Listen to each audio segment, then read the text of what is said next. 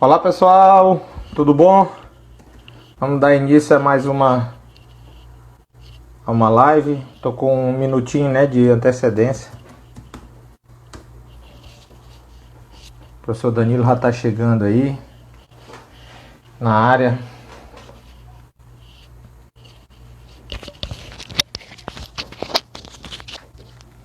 Vamos começar a nossa live de hoje.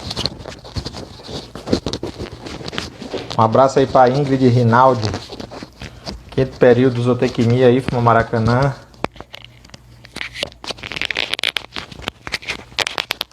Tá aí nos assistindo.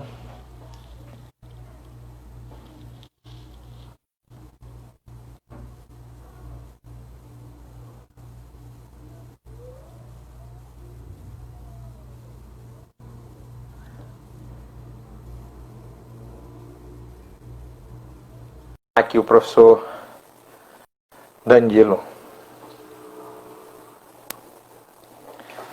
Aí, rapaz, o homem tá na área, tá na área. Rapaz, a gente tem que se modernizar, que esse negócio tá avançando muito rápido, esse negócio de live. É verdade, viu? Pois, pessoal, boa noite a todos. É com prazer que hoje nós vamos discutir um pouco aí sobre controle de verminoses em ovinos e caprinos aí, com a presença do professor Danilo Brito, né? O Danilo que também faz parte ali, um dos fundadores ali do grupo GEPASA, né? Na época de 2011 aí, quando a gente pensou em começar a fazer atividade de pesquisa, né, no setor de ovino e caprino do IFMA, e aí a gente sentou e verificou que poderíamos unir forças, né, ao invés de somarmos, ao invés de cada um puxar para um lado, a gente puxava junto, para o mesmo canto, né, e aí nós começamos aí o GEPASA, e o Danilo sempre com a linha de pesquisa, nessa linha voltada para controle de parasitas gastrointestinais em pequenos ruminantes. Então hoje, Danilo, a gente está sempre fazendo um sistema muito assim de um bate-papo, né? Assim, uma coisa bem tranquila, bem descontraída. Né? Espero que esteja todos me ouvindo. Tu tá me ouvindo bem, né? Sim, estou te ouvindo bem. Tá me ouvindo bem também? Beleza. Tá ótimo. Ah, beleza. Tá tranquilo. Então, para a gente começar, Danilo, eu queria que tu fizesse um resgate das pesquisas que já foi feita no IFMA com relação a controle de verminoses em caprinos e ovinos e passasse um pouco para o nosso telespectador qual foram assim, os resultados que a gente chegou, que a gente observou. Então, desde das primeiras pesquisas que foram feitas até as mais recentes, e o que a gente já consegue colher de interessante a ponto de passar para o produtor rural, para os nossos alunos, que também vão ser futuros técnicos. Eu queria que tu fizesse primeiro esse resgate dessas atividades de pesquisa que já foram feitas lá. Então, a gente começou lá no IFMA, né, chegamos no IFMA, tanto eu como você, em 2010, né, mas somente em 2011 que a gente começou a estruturar um pouco lá o setor para que a gente pudesse realizar as pesquisas. E a gente teve aí, na verdade, eu já trabalho um tempo a mais com a parte de verminose em caprinos e ovinos, desde 2004, 2005, né? Então a gente já vinha realizando alguns trabalhos, principalmente a parte epidemiológica, né? O que vinha acontecendo e ocorrendo aí no estado do Maranhão, né? Mais na frente eu acho que a gente vai poder e ter a oportunidade de falar um pouco sobre isso, do que se encontra, né, de mais frequente, mais prevalente aí com relação aos gêneros e espécies, né, de parasitas e de nematóides gastrointestinais. E aí depois, quando nós começamos iniciamos, né, a carreira no IFMA, nós então começamos a trabalhar um pouco mais com a parte de controle, né? Então hoje a gente vai falar um pouco também no decorrer do nosso bate-papo, né, diversas formas de controle, né, dessa verminose, uma doença que, de fato, que traz mais prejuízo para o produtor, né, de caprinos e ovinos. E a verminose é uma doença que, para alguns, né, às vezes até estranha dizer que um verme mata, né? Às vezes uma semana, 2 semanas atrás, conversando com uma pessoa que não é da área e comentando justamente sobre isso, né, de que a verminose é a doença que mais, né, mata entre caprinos e ovinos, né? E a pessoa até ficou um pouco impressionada porque achava que isso não acontecia, né? Então, de fato, é uma doença que tem uma alta morbidade, né, uma alta mortalidade em pequenos ruminantes. E aí nós começamos a trabalhar principalmente com a vertente, né, de fitoterapia, o uso de plantas, né, com atividade antihelmíntica. O que nós temos utilizado muito são plantas que possuem, né, um composto chamado tanino condensado. Então, esse composto já é estudado em todo o mundo, né, não só aqui no Brasil, mas em todo o mundo. E esse composto tem mostrado bastante eficácia com relação ao controle desses nematóides, né? E aí a gente começou, então, a trabalhar nosso primeiro projeto, que foi aí fruto da nossa tese de doutorado, foi justamente buscar uma planta que já é nativa, né, oriunda aqui, na verdade, no Nordeste brasileiro, que é a mimosa, né, Mimosa casapinifolia, que é uma leguminosa, e então a gente resolveu trabalhar com essa planta, principalmente porque já é uma planta nativa, uma planta comum em nosso estado e nossa região, né, Nordeste, e também porque os animais, né, tanto caprinos como ovinos, gostam dessa planta, né, tem uma boa palatabilidade, é uma leguminosa com alto teor de proteína, chegando até 18%. Então a gente resolveu trabalhar com essa planta para buscar o quê? Justamente a eficácia, né, dela frente aos nematóides gastrointestinais. E aí nós fizemos um levantamento e vimos que essa planta ela possui, né, o tanino condensado e que então poderia ser feito então esse trabalho. Fizemos inicialmente um experimento in vitro e identificamos lá com relação à eficácia, né, contra a larva do nematóide a 98%, então um resultado muito bom, muito satisfatório. E depois partimos para o experimento em vivo, que foi testar essa planta com a sua eficácia frente ao parasita, né, ou seja, com um animal vivo. E aí também tivemos um resultado interessante, principalmente com relação ao hemôncoros. A gente vai falar também um pouco mais à frente, né, o hemôncoros é o principal verme, né, vamos dizer assim, o principal nematóide gastrointestinal, porque além de ser mais prevalente, também é o mais patogênico. E aí nós vimos que o sabiá, né, conhecido popularmente, a planta mimosa, ela chegou a reduzir 66%, né, do hemôncoros. Então foi um resultado também muito interessante, né, um resultado em vivo que nós observamos. E aí depois nós vimos, continuamos, né, com essa linha de pesquisa, trabalhando aí usando o sabiá com relação também à eficácia no pasto e também com relação à incrementação, né, a suplementação dos animais com essa questão da verminose, né? Então a gente associou, suplementou, né, com sabiá um pouco de proteína, né, no caso de ração concentrada, e fizemos aí uma avaliação e o que nós encontramos é que realmente tem uma ajuda, né, na verdade, a manter o controle ali dessa verminose em caprinos, né? A gente trabalhou principalmente com caprinos. Pronto, oi. Pronto, estou escutando agora. Alguma coisa, algum detalhezinho que está dando aqui na minha conexão, que às vezes quando falha aí some a voz, todo mundo me escuta, mas eu não escuto ninguém.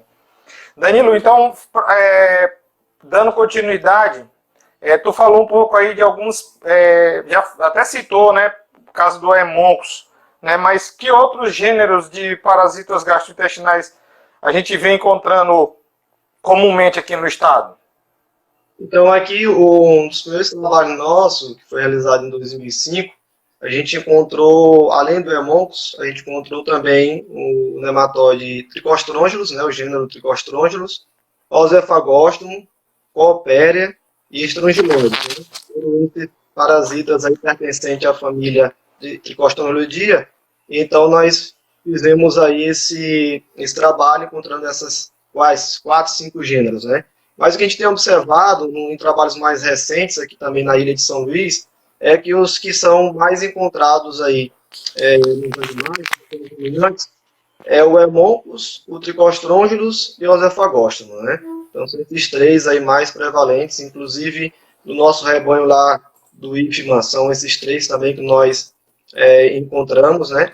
E interessante, Júnior, é deixar claro para as pessoas que estão nos ouvindo, com relação a essa questão da verminose, que dificilmente a gente encontra apenas um parasita, né? Apenas um gênero, né? De forma natural, geralmente a gente vai encontrar 2 ou 3 gêneros parasitando os caprinos de ovinos, né? Ou mais, né? Isso pode variar de acordo com a região. Então, dificilmente a gente vai fazer, por exemplo, um UPG, né? uma coprocultura para identificar o gênero e encontrar somente o Hemoncus. Naturalmente, isso é muito difícil acontecer. A gente tem, então, uma quantidade maior de parasitas, né?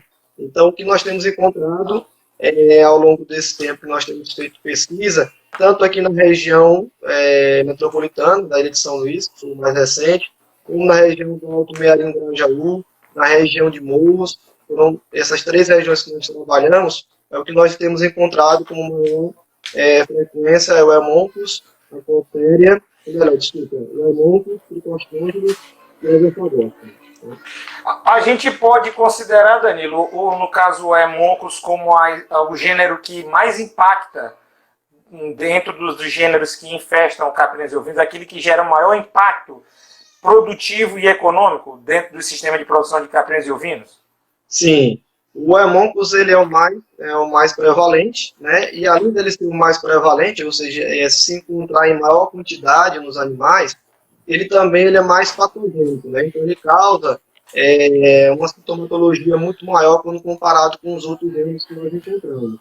Então é um parasita que causa, né, anemia, principalmente nos animais, né?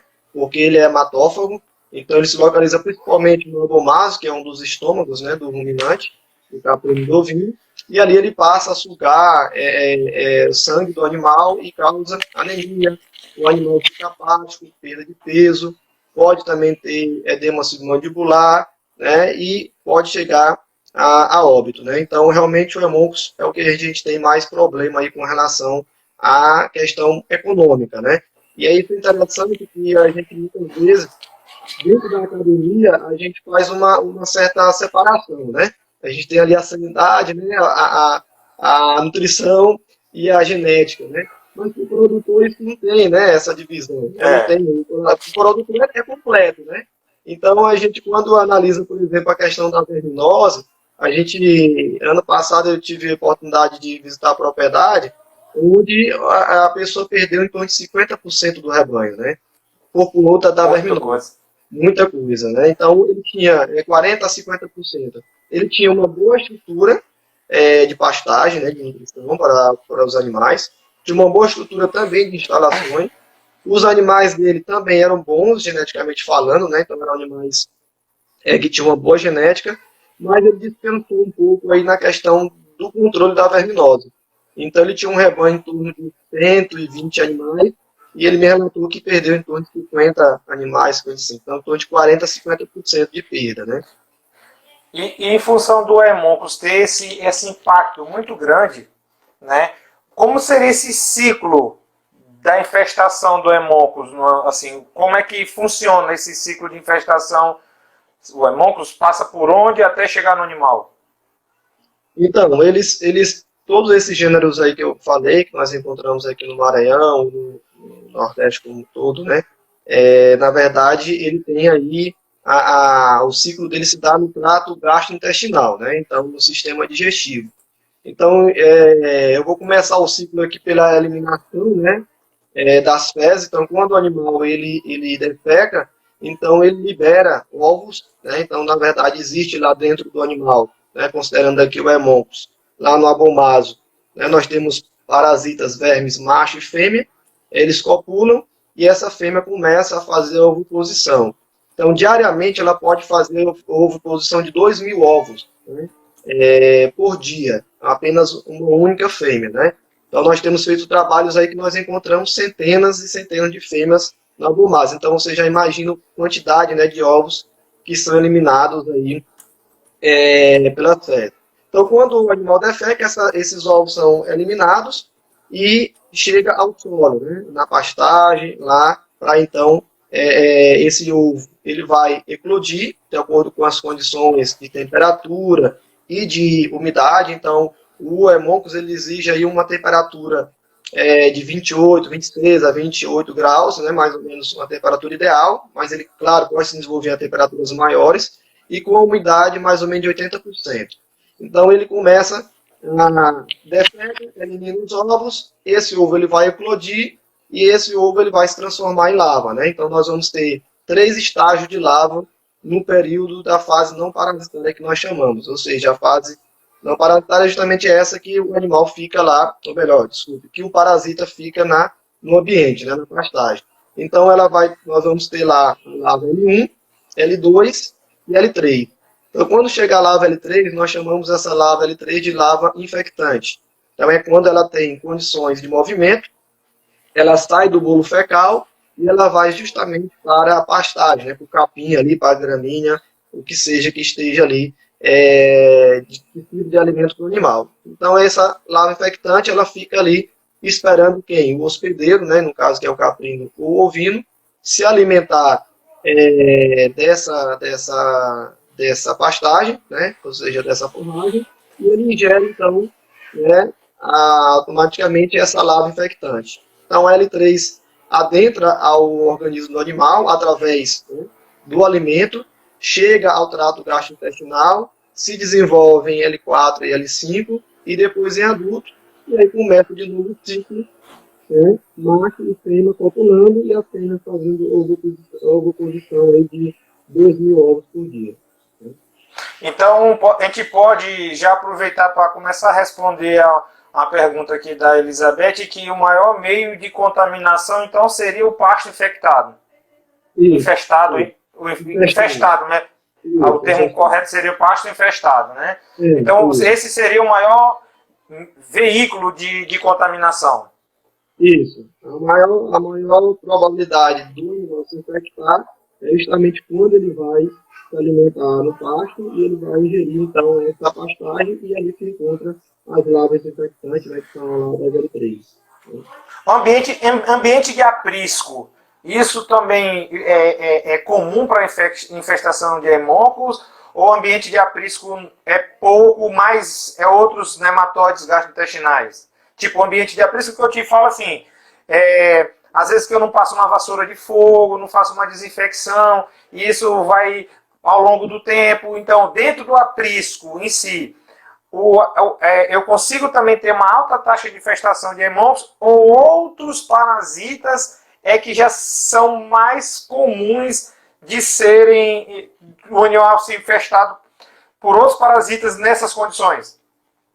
Na verdade, nas condições de instalações, né, no caso de aprisco, o maior problema que nós vamos ter é com relação à Eméria, né, que já é um protozoário, que já não é mais um nematóide, né, então a Eméria, que causa emeriose ou coccidiose também, que nós chamamos, esse vai ser o maior problema quando nós não fazemos, por exemplo, a desinfecção, a limpeza do aprisco, né. O que aqui não é tão frequente? Pode acontecer a infecção, né, por nematóide em aprisco, sim. Porém, é mais difícil porque esse parasita ele precisa de um local para que o animal venha ingerir. Então, quando ele defeca ali, dificilmente o animal vai, por exemplo, ingerir as fezes dele, né? Mas, por exemplo, se você tem um bebedouro onde o animal defeca, né? Pode defecar ali dentro, ou então um saleiro, que o animal pode defecar e aí, de repente, desenvolver, né, esse parasita, aí sim ele pode se infestar quando for se alimentar ou quando for ingerir aí água. Mas o problema maior mesmo em aprisco, né? O problema maior mesmo é com relação a eméria, né? Que causa aí a coccidiose e que a gente vê muito frequente nos animais jovens, uma diarreia, né? Muito fétida, muito intensa e que pode causar um grau de desidratação muito grande no animal e, se for animal jovem, pode chegar a óbito de fato. Tu falou em uma coisa bem interessante, em coccidiose, né? E outro, no caso do protozoário, né, que também vai gerar sintomas muito semelhantes, é o que a gente vem observando, né? Então, como é que o produtor, como é que o técnico vai conseguir diferenciar quando é uma infestação que gera uma coccidiose ou quando é um problema com a Haemococcus, por exemplo? Porque se é Haemococcus, se eu tratar com vermífugo, eu consigo combater mais efetivamente o problema. Mas se for uma eméria, se eu der o vermífugo, eu consigo ter essa efetividade? Não. Então, como é que eu consigo ter essa... Quando é que eu consigo perceber o que é um e o que é outro? Porque às vezes o produtor está lá, defecando ruim, com alguns sintomas, vermífugo, e o animal não progride, não melhora. Né? Então, como é que o produtor, como é que o técnico que está ali assistindo o produtor consegue ter a diferenciação de qual é o parasita que está atacando para ele poder atuar de forma mais eficaz? Na verdade, o Haemococcus em si, ele não causa diarreia. A gente tem uma certa... Quando a gente fala verminose, né, a gente vê isso em literatura, a verminose causa diarreia, né? Mas se você for ter uma infecção, o animal tem uma infecção somente de Haemococcus, ela dificilmente causa diarreia. Pode causar, mas muito difícil. O que acontece? É porque geralmente nós temos uma infecção mista, né, como eu tinha te falado no início, né? Nós não temos uma infecção só por Haemococcus. Então, o que geralmente causa diarreia é o Tricostrongylus. É um outro gênero de nematóide que se encontra ali no intestino delgado e que pode causar diarreia, tá? Então, a verminose, ela é uma infecção, né, geralmente infecção mista, e aí acaba tendo o sintoma de diarreia, né? No caso ele conta do Tricostrongylus, não tem então a gente tem aí essa diferenciação. Fora a eméria, né, ela já tem realmente. O que a gente observa é o quê? É que a diarreia, ela não é em animais jovens quando é causada por eméria. Então, o produtor ele pode fazer essa diferenciação. Animais adultos podem ter diarreia causada por eméria? Sim, mas é mais difícil. Né? Porque o animal já tem uma maior resistência, é um animal adulto. O que a gente vai encontrar realmente é mais animais jovens. Agora, para saber de fato a diferença aí, no caso, o principal mesmo é o laboratório, né? O exame diagnóstico, né? Laboratorial, que é o OPG, né? Que é o famoso OPG, que é ovos por grama de fezes. Então, para a gente ter a certeza absoluta, né, de que aquela diarreia não é causada por eméria e sim por Tricostrongylus, por exemplo, ou vice-versa, é a gente fazer no OPG, porque tanto no OPG a gente consegue identificar oocistos de eméria, né, como ovos de nematóides. E aí a gente consegue quantificar e verificar de fato ali a quantidade ou o que está causando aquela diarreia. Né? A nível de fazenda, existe algum detalhezinho que o cara consegue dizer assim, rapaz, isso aqui é mais coccidiose emeriose, isso aqui é mais verminose. Tem alguma coisa que a nível de fazenda o cara consiga...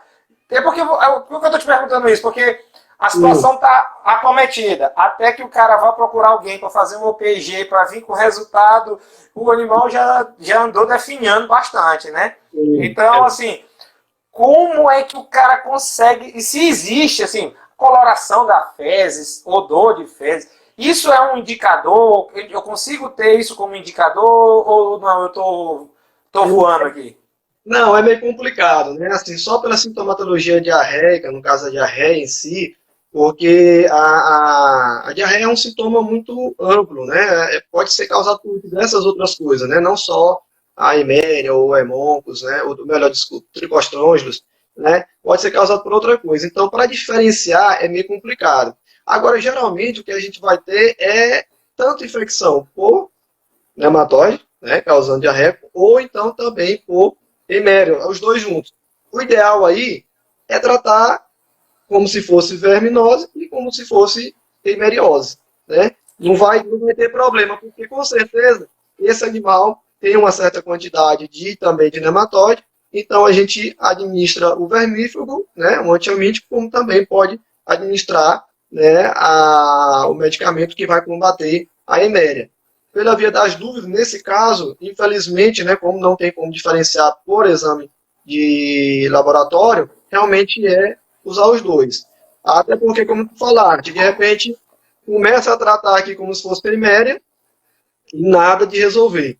Né? E o animal está definhando, o animal está emagrecendo, aí pode causar a morte do animal. Então, acho que para não perder o animal, é melhor realmente a pessoa tratar, né, essa diarreia como sendo ou hemeriose ou verminose. Agora, a diarreia da eméria, como eu te falei, ela é mais em animais jovens, é uma diarreia mais fétida, né? É uma diarreia que realmente a gente vai ver mais líquida, né? Mais forte o cheiro e também a coloração. Já a da verminose, ela pode ter uma diarreia sanguinolenta, por exemplo. Então, ter diarreia e tem sangue não é eméria. Né? A eméria não causa, dificilmente causa isso. O que vai causar realmente mais é a verminose. Né? Mas aí que tá, nem sempre uma diarreia causada por verminose vai ser sanguinolenta. Então sempre vai ficar a dúvida, né? Então, pela dúvida, realmente é fazer o tratamento dos dois aí nesse caso. O tratamento para eméria seria o quê? Então, assim, o que o produtor pode ser eficaz no tratamento da eméria? Principalmente a sulfa, né? A sulfadiazina, ela é o que é mais recomendado hoje para tratamento da eméria, né? E aí, no caso, se for verminose, aí a gente tem um leque, né, de vermífugos, albendazol, vermectina, levamisol, né, monepantel, que é um dos mais novos, né? De repente a gente vai poder também falar sobre isso. Né? Então, Eu mas tem já essa vou questão chegar lá, ainda chego lá no Monet Pantel. Vou chegar lá ainda. Deixa eu te perguntar, o Daniel Aguiar, que está nos assistindo aí, ele entrou e perguntou sobre a planta que tu tinha falado no comecinho, que faz o controle, que ajuda nesse controle parasitário, né? E ele, associado à pergunta, ele perguntou qual seria de fato a planta, eu acho que ele não pegou bem qual seria a planta, e se existe algum protocolo de uso já para ela. Tá. Então, a planta, o nome científico dela é Mimosa casatuifolia, né? Ela é conhecida aqui no Nordeste como sabiá, tá? No centro-oeste do Brasil é mais conhecida como sanção do campo. Então, ela é uma leguminosa. Então, ela não tem, assim, a gente não tem um protocolo, né, específico. Por quê? Porque ela é uma planta que já é consumida comumente pelo animal, né? Então, para fins de pesquisa, a gente, claro, teve que delimitar uma quantidade a ser fornecida para o animal, né? Mas isso, a campo, não precisa ter essa preocupação de uma quantidade pequena ou grande, porque, na verdade, o animal já tem, né, já consome essa planta comumente, né? Por ter uma boa palatabilidade, uma planta que realmente tem um alto teor de proteína, é uma leguminosa, a gente sabe que principalmente os caprinos, né, têm uma preferência alimentar por esse tipo de planta. Então, o que a gente tem buscado é trabalhar justamente suplementando, né, ou com feno, ou, né, um dos futuros projetos que a gente quer fazer é pellet, né, então fazer uma ração pelletizada com a leguminosa, no caso do sabiá, para a gente fornecer para o animal. Teve um moço, eu não peguei o nome da pessoa, que colocou alguma coisa sobre a questão do FAMACHA, né? Ele falou alguma coisa aqui que o método FAMACHA ajudaria um pouco a fazer essa distinção do que é eméria e do que seria um problema de verminose causada por aemócolos. Mas aí eu te pergunto, e até uma das perguntas que eu fiz aqui, o que seria mais recomendado hoje como método de controle parasitário? É eu fazer um FAMACHA constante ou utilizar um calendário fixo de vacinação?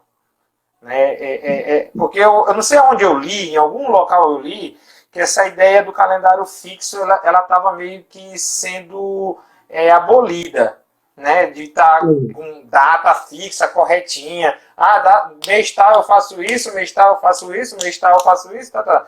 E que estava mais voltada mesmo para a questão do FAMACHA. É isso mesmo, produtor? Quanto mais aderir ao FAMACHA, mais controle parasitário vai ter na sua propriedade? Ou aquela ideia de fazer o calendário como era antigamente, ainda é um bom controle? Então, por muito tempo a gente teve aí a vermifugação estratégica, né? Então, como é que se baseava essa vermifugação estratégica? Inclusive foi divulgada, né, sempre orientada pelo Embrapa Caprinos e Ovinos. Então, é mais ou menos essa vermifugação que você está falando, aquela vermifugação fixa, né? Então, ela se baseava em vermifugar os animais 3 vezes no período seco e uma vez no período chuvoso, né? Então, isso muito para as condições lá do semiárido nordestino, né, que é um pouco diferente aqui do nosso estado do Maranhão, que é um estado de transição, né, entre a Amazônia e o semiárido, né. Então, a verificação estratégica, ela desde 2011, ela foi abolida. Então, em 2011, eu tive a oportunidade de participar de um fórum lá em Fortaleza, no Ceará, onde reuniu-se, né, várias instituições do Nordeste para justamente discutir essa questão da verificação estratégica, né. Na época, fui representante aqui do Maranhão, né? Eu fui pelo IFMA, teve o professor Lívio pela UFMA e o professor Daniel pela UEMA, né? E aí teve outros, né, pesquisadores, professores das instituições que são distribuídas aí no Nordeste, né, nos estados do Nordeste, inclusive os pesquisadores da Embrapa. Então, eles mesmos disseram que, através depois de muitos trabalhos, né, de muitas pesquisas e experimentos, eles viram que a verificação estratégica estava fazendo o quê? O aparecimento, né, acelerando o aparecimento da resistência antihelmíntica, né, da resistência parasitária. Então, hoje não mais se recomenda, né, não mais se diz ao produtor para fazer essa verificação estratégica. Por quê? Já sabe que ela vai causar resistência parasitária. Então, hoje o que se tem recomendado, inclusive pela própria Embrapa também, por pesquisadores de modo geral da área, é o método FAMACH. Então, o método FAMACH é aquele que se baseia, né, com relação à coloração da mucosa ocular do animal. Então, isso foi desenvolvido levando em consideração 3 aspectos, né? A questão do grau de anemia, que se via aí pelo grau, pela coloração, né, no caso, da mucosa, é o que nós chamamos de hematócrito. Levava em consideração também a questão da incidência parasitária, ou seja, quanto o animal estava parasitário, e terceiro verificava também a questão da coloração, né? Então são 3, né? O hematócrito, a questão da verminose em si, ou seja, do PGAL, e a questão também da coloração. Então hoje se desenvolveu o método FAMACH, que ele tem 5 níveis, né? Ou 5 colorações, melhor dizendo, da mucosa ocular, onde nós vamos ter o vermelho robusto, né, até o branco. Então, o vermelho robusto é o grau 1, FAMACH que nós chamamos, e o branco lá, o último, né, seria o grau FAMACH número 5, né. Então, hoje, o que se faz? É um controle seletivo. Como é que era feito anteriormente? Chegava na propriedade, o produtor lá tinha 60 animais, vermifugava todos os 60 animais. Só que nem todos estavam precisando ser vermifugados. Então, por conta disso, aquele que não estava precisando ser vermifugado, ele acabava, então, causando o aparecimento da resistência parasitária. Por isso que foi abolido. E aí, com o método FAMACH, não. Você vai verificar a mucosa ocular e vai tratar o animal que, de fato, está doente. Ou seja, você vai usar o antihelmíntico, né, o vermífugo, para aquele animal que precisa.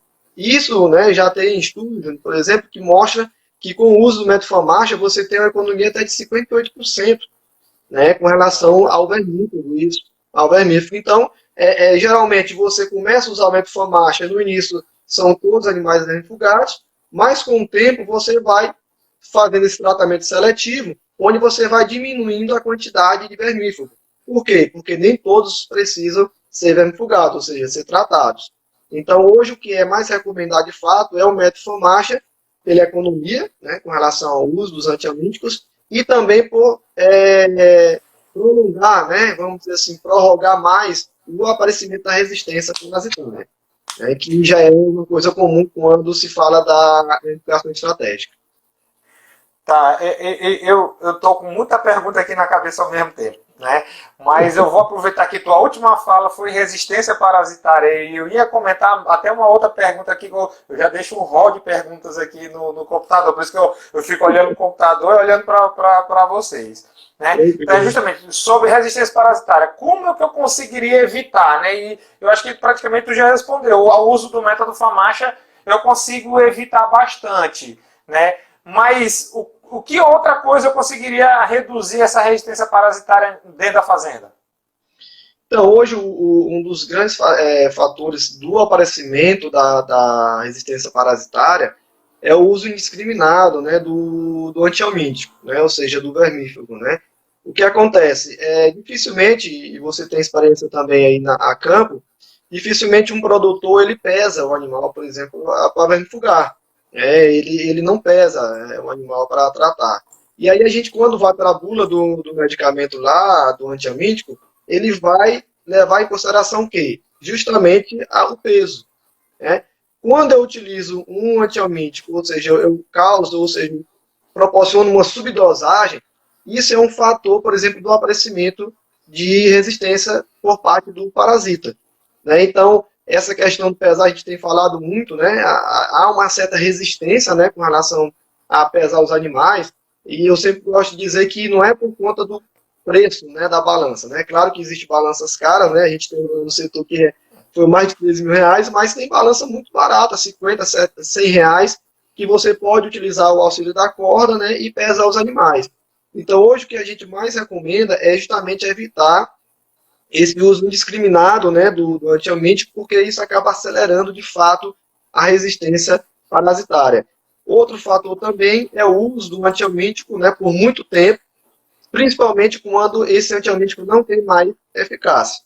Isso, além de causar a resistência parasitária, faz com que o animal, ou seja, o produtor também tenha prejuízo. Né? Aquele caso, exemplo do produtor que eu falei anteriormente, foi justamente porque, né, ele estava usando o medicamento, achando que estava dando certo, né, porém, os parasitas não estavam resistentes àquele antihelmíntico. Então ele ficou utilizando por muito tempo e quando começou a ver a morte, né, os animais morrerem, já era tarde.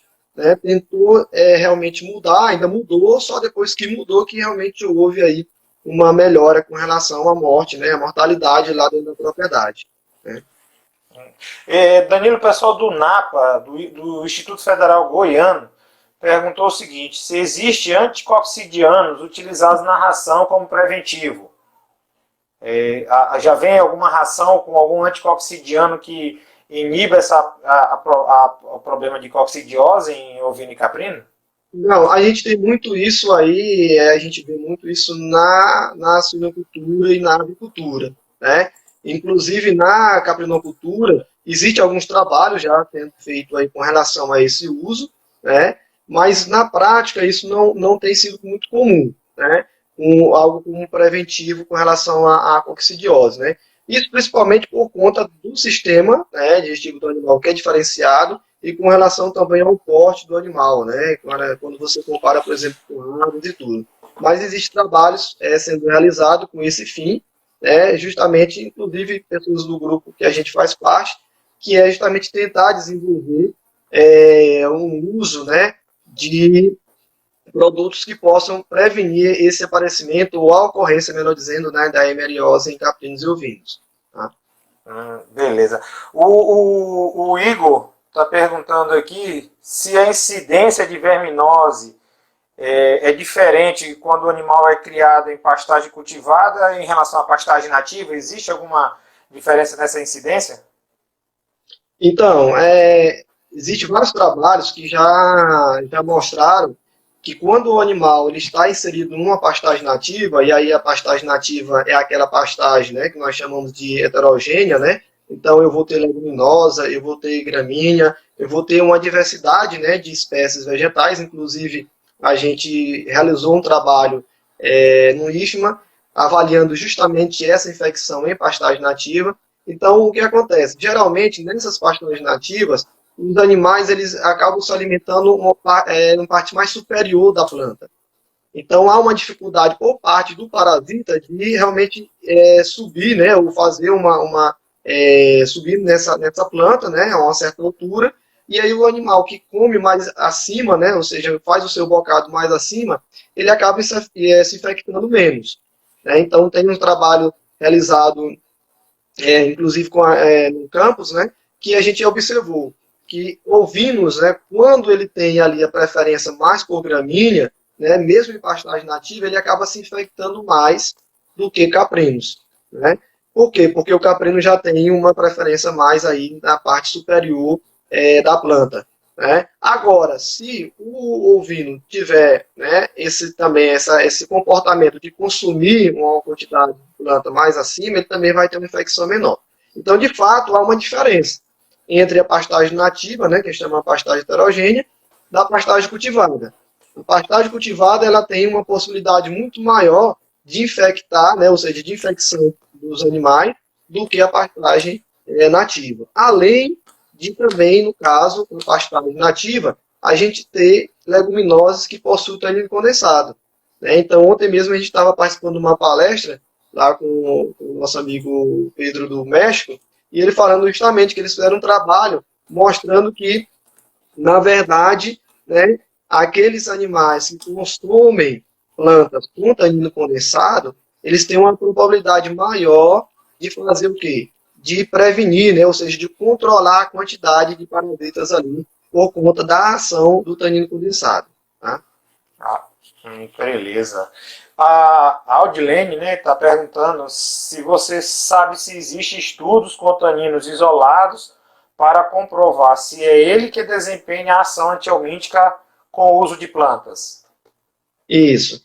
Aí já entra a parte, né, o pessoal da química, ele pergunta, né? Na verdade, por muito tempo existiu aí existe ainda, né, de certa forma, um questionamento, qual é, de fato, né, a ação ali da planta e se é somente o tanino condensado. Porque, na verdade, a planta, a gente sabe que não tem só tanino condensado, né? Existe aí flavonoides, terpenos, outros compostos que podem, né, atuar com relação a essa questão da ação contra o parasita, né? Então, hoje existe mais trabalhos, quando se fala de isolado, né, mais testes in vitro, que, de fato, comprova essa eficácia do tanino condensado. Mas, geralmente, a maioria dos trabalhos que nós vemos é utilizando a planta e o que se busca? É o tanino condensado. Vamos ver se tem tanino condensado. Então, se tiver, a ação do tanino condensado. Mas, não necessariamente. O que é feito, por exemplo, nos testes em vivo é o uso, né, de substâncias que venham bloquear a ação do tanino condensado. Isso também é feito em teste in vitro, né? Então, por exemplo, a gente tem o PEG, né, que é o polietileno glicol, e ele faz aí ele bloqueia a ação do tanino, né, e aí a gente faz grupos diferentes.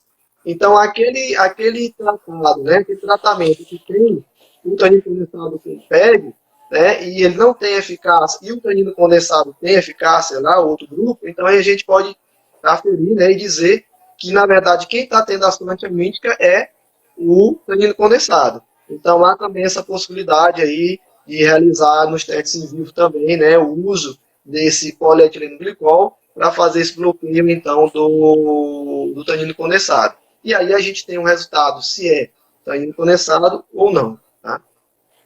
Ótimo. Beleza. Então, tá aí, Odilene, respondido.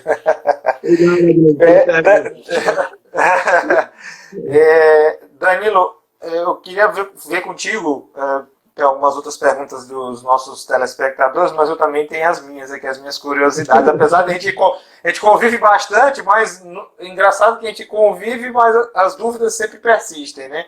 Até porque eu também sou criador de ovinos, né? Eu deixei de criar caprino, eu estou só com ovinos agora. Então, eu queria que tu fizesse uma explanação de que novos princípios ativos que estão existindo, o que já existe, o que tem hoje, e o que a pesquisa está avançando em relação a novos princípios ativos e as possibilidades de uso deles a curto, médio e longo prazo já pelos produtores. Então, a gente tem uma quantidade até satisfatória, né, no mercado com relação aos antihelmínticos para caprinos e ovinos. Né? O problema é que existem vários estudos que já mostram que a maioria desses antiamínicos, né, ou seja, a população de parasitas e nematóides já estão resistentes a esses antiamínicos, né. Então, a gente tem aí diversos grupos químicos, né, e é até interessante falar isso também, que quando a gente fala, vamos fazer o rodízio, né, do vermífugo, vamos fazer o rodízio do antiamínico, né. Então, por muito tempo foi falado que se trocava, né, se mudava o princípio ativo.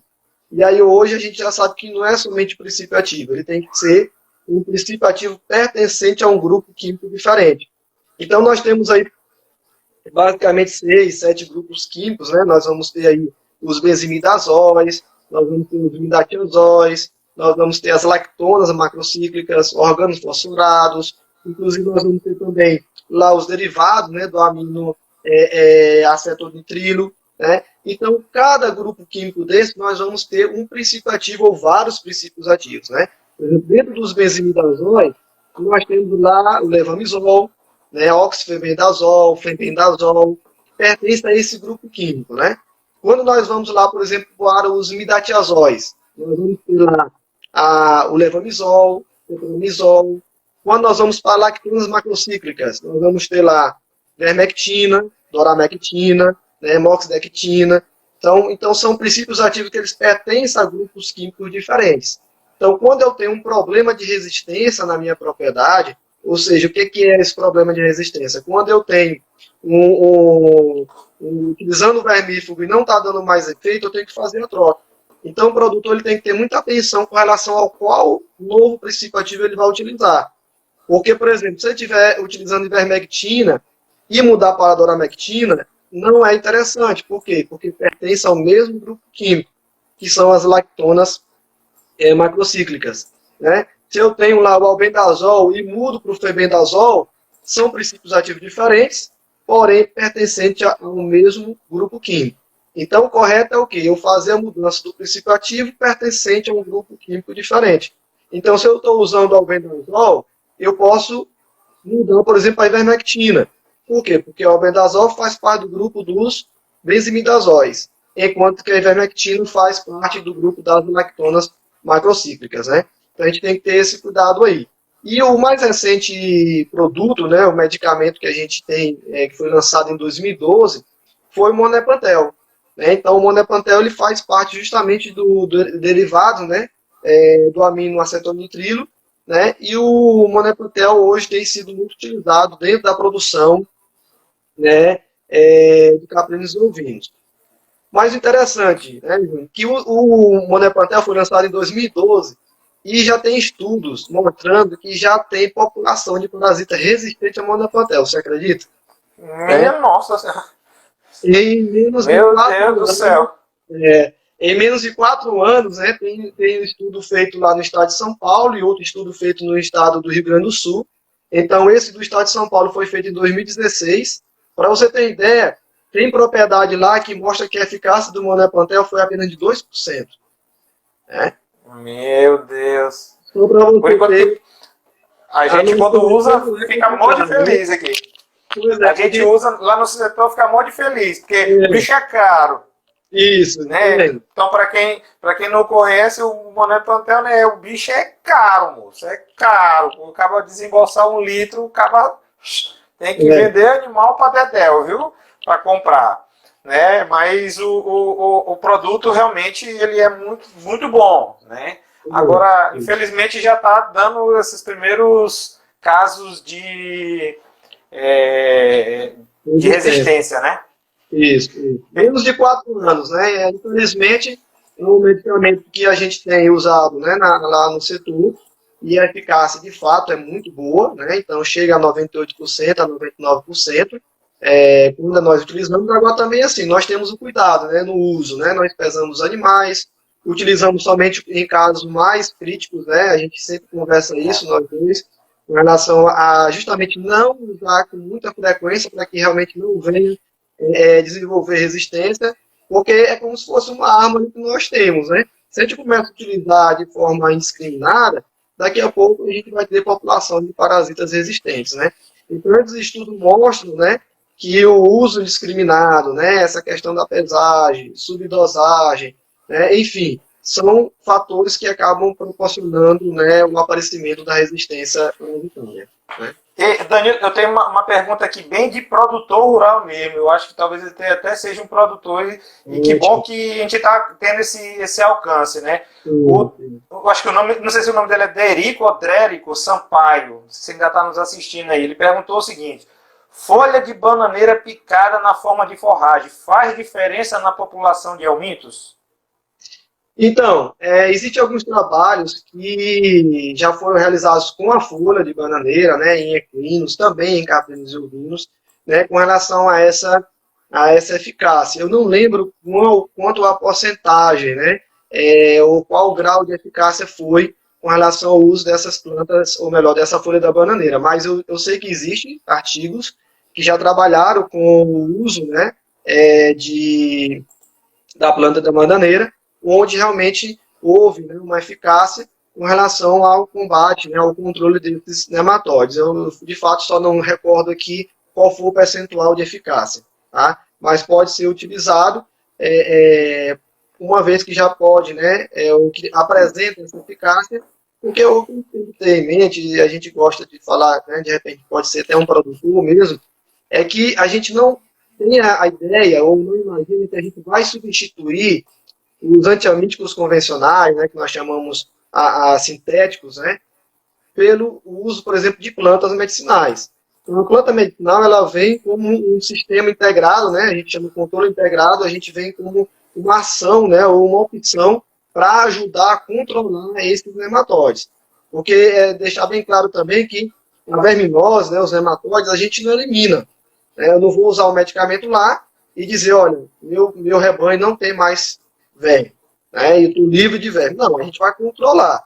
Né, a gente vai manter em taxas baixas de infecção para que o animal não tenha prejuízo com relação ao ganho de peso, ao seu desenvolvimento em si.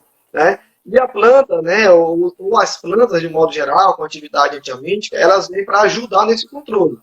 Né? Em hipótese alguma, eu vou chegar e dizer, olha, usa essa planta aqui e larga, né, ou deixa de usar lá o vermífugo, porque essa planta aqui ela vai resolver o problema.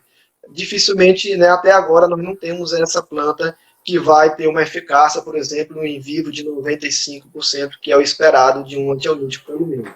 Né, que a gente diz que é uma alta eficácia. Né? Então, a gente utiliza realmente como auxílio, né, de controlar esses parasitas e manter uma taxa baixa de infecção aí. Tá? No caso, praticamente já respondendo a pergunta da Audilene aqui, né? Eu não vi a pergunta. É porque praticamente tu respondeu o que ela colocou. Não, porque praticamente tu respondeu coincidentemente. Eu acho, né? Mas eu vou até te repetir, depois eu te repito a pergunta. Porque, na verdade, ela perguntou o seguinte: se você acredita em moléculas de plantas como uma alternativa promissora a um futuro antialmítico. É como eu falei, né? Ela é o que a gente acredita justamente nesse controle, né? Nesse auxílio de controlar esse parasita nos rebanhos, né? Não de substituir. Agora, é claro que existe, né, pesquisas que venham aí, por exemplo, já respondendo a minha pergunta. Ah, ótimo, Adilene. Então, eu acabei de ler aqui, né? Mas é isso. É claro que, de repente, a gente pode isolar ou encontrar em uma determinada planta alguma molécula que possa fazer ou ter uma eficácia e ser desenvolvido como um medicamento, né? Como um antialmítico, né? Mas hoje, o que tem maior realmente de pesquisa ou de prática é que ele vai realmente ajudar no controle, né, desse parasita, né? Não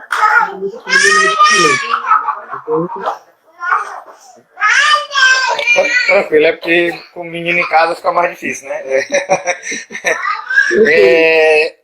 Deixa eu te perguntar uma coisa, Danilo. Assim, qual seria a diferença entre animal resistente e o animal resiliente? Eu tenho muito essa dúvida. Certo. Então, o animal, nós temos aí 3 grupos de animais, né? É o resiliente, o resistente e o susceptível, né? Então, o susceptível é aquele que vai, por exemplo, se alimentar no pasto, vai ingerir o parasita, né? E vai ter uma infecção alta, baixa, enfim, né? Então, vai ter a probabilidade, possibilidade de infecção, ou seja, por isso que ele é susceptível, né? Nós temos o animal resistente, que é aquele animal que ele tem uma resistência em ser infectado pelo parasita. Então, geralmente não completa o ciclo, geralmente ele não tem infecção, né? Por quê? Porque ele é resistente. O resiliente é aquele animal que se infecta, né? A gente faz o OPG dele, tem lá o parasita, né? A gente identifica, porém ele não apresenta sintomas. Então, ele tem, às vezes, uma infecção até considerável, né? Vamos dizer assim, é um OPG considerável, mas ele não apresenta sintomas, né? Sintomatologia nenhuma. É um animal saudável, um animal, né, que você aparentemente olha e diz que ele não está parasitado, mas no OPG mostra lá a infecção. Então, ele é um animal resiliente, né? Uma vez eu assisti uma palestra de uma australiana que ela dizia que lá na Austrália eles estavam caminhando para a seleção de animais resilientes. Tu acha que isso é interessante? Assim, ou é muito perigoso selecionar animais resilientes a ponto deles não apresentarem sintomas e só ficarem mandando ovos de verme para fora? Então, o que a gente tem visto é estudos selecionando animais resistentes, né? O mais interessante para o produtor é você ter animais resistentes. O resiliente, ele é, vamos dizer, se eu tenho numa propriedade só animal resiliente, é uma coisa, né? Não é tanto problema. Agora, se eu tenho dentro da propriedade animais resilientes, animais susceptíveis, então eu vou ter um problema muito grande, porque o susceptível ele vai consumir, né? Ele vai adquirir todo esse parasita eliminado pelo resiliente. O resiliente está lá de boa, né? Porque ele não apresenta sintomas, né? Mas o susceptível ele vai apresentar sintoma e, consequentemente, vai apresentar mortalidade, né? Então, o que a gente tem visto é a seleção de animais resistentes. Inclusive, tem trabalhos já que mostram, né, a busca de marcadores genéticos, né, onde determina essa questão do animal ser resistente ou não. Mas o próprio método FAMACHA é interessante porque o método FAMACHA ele pode também ser utilizado como uma seleção de animais resistentes, resilientes, não vai selecionar susceptível, né? Mas pelo método FAMACHA você consegue identificar quais são os animais resistentes, quais são os animais resilientes. Por quê? Porque você está acompanhando, né, toda a sintomatologia. Quando eu faço o OPG e vejo que durante vários, né, momentos eu vejo aquele animal que não tem a sintomatologia, mas está apresentando, por exemplo, lá OPG alto, então eu posso dizer que aquele animal é resistente, ou resiliente, desculpa. Mas se eu também faço o OPG, né, e vejo lá no método mágico que esse animal não apresenta sintomatologia alguma e também apresenta OPG baixo ou não apresenta nenhum tipo de parasita, eu posso também dizer que aquele animal é resistente. Então, o método FAMACHA, a gente também tem essa capacidade, né, essa possibilidade de também fazer essa seleção, né, de animais resistentes, resilientes. Mas o meu ponto de vista, o mais interessante, de fato, é a seleção de resistentes. É o que a gente tem visto, né, tanto de pesquisas e também busca aí com relação aos produtores, né?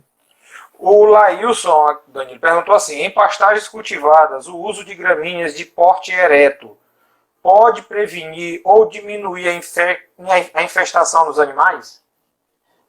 No caso das gramíneas, aí a gente vai ter o parasita, ele tem uma capacidade mais ou menos de 80 até 80 centímetros de subir com facilidade, né, no capim. Mas ele busca mais a parte mais baixa de fato, né? Ele tem essa capacidade, isso não é normal, 60 a 80%, não é que não seja normal, não é comum, mas aí ele vai se encontrar mais ali no microclima, ali na região rente ao solo, né?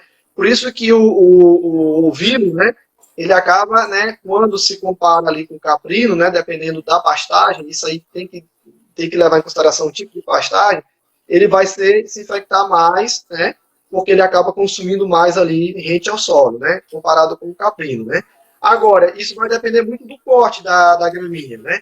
Qual é a altura dessa gramínea? Ela está 40, 50, 60 centímetros? Isso não impossibilita, por exemplo, do parasita lá subir e ficar ali disponível para ser ingerido pelo animal, pelo hospedeiro.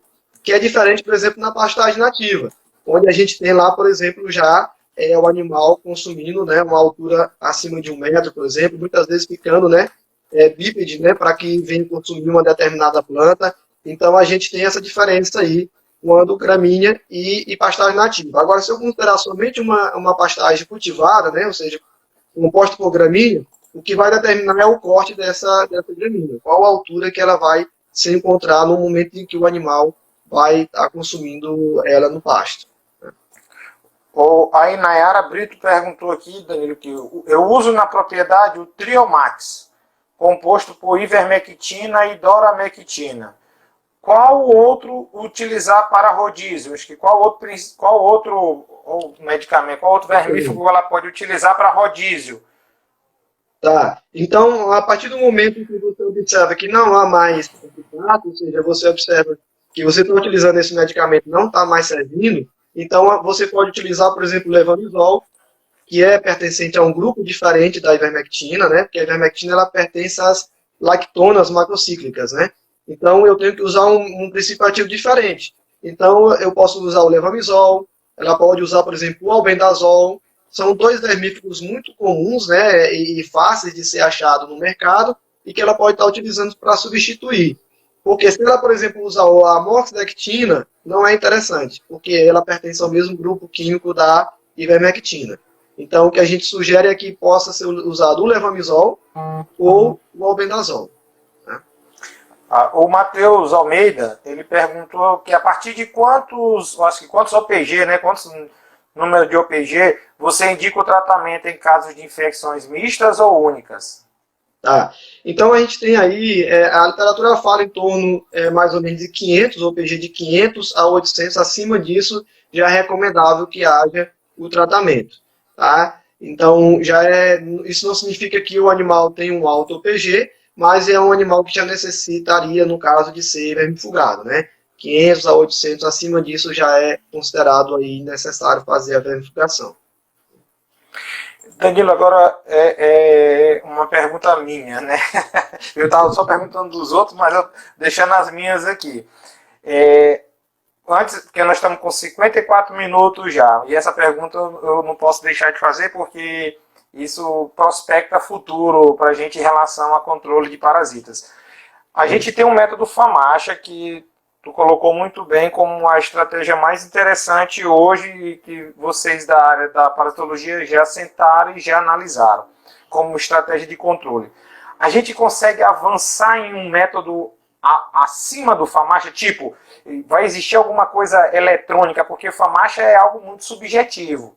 Né? Eu olho a mucosa, digo que é 3, tu olha, diz que é 2. Tá entendendo? Então aí fica nessa subjetividade que muitas das vezes a gente diz assim, ó, FAMACHA é bom, né, dentro da fazenda fazer 1, no máximo 2, para não ter tanta subjetividade na hora de avaliar. Mas eu vou conseguir avançar para algo menos subjetivo, onde eu consigo pegar um infravermelho, botar na mucosa do animal e dizer que ele precisa ou não ser vermifugado, e não somente eu observar a coloração da mucosa, mas esse fato de eu colocar isso no olho do animal me dá outros parâmetros, né, até bioquímicos, talvez, não sei se vai chegar a esse ponto, em que eu tenha mais evidências e mais certeza de que eu preciso vermifugar aquele animal?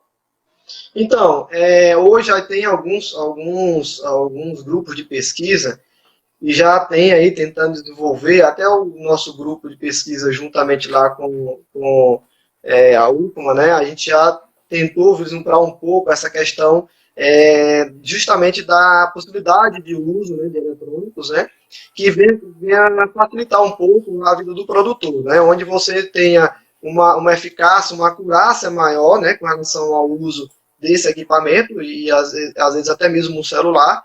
Então, eu vejo que há uma perspectiva, sim, a gente desenvolver no futuro algo desse tipo e, de repente, até mesmo já existe, por exemplo, já foi desenvolvido, né, por exemplo, você fazer OPG somente focando, né, na natureza do animal e ali já, por exemplo, dizer o OPG, né, desse animal, só para você ver que não estamos tão longe, né, disso acontecer.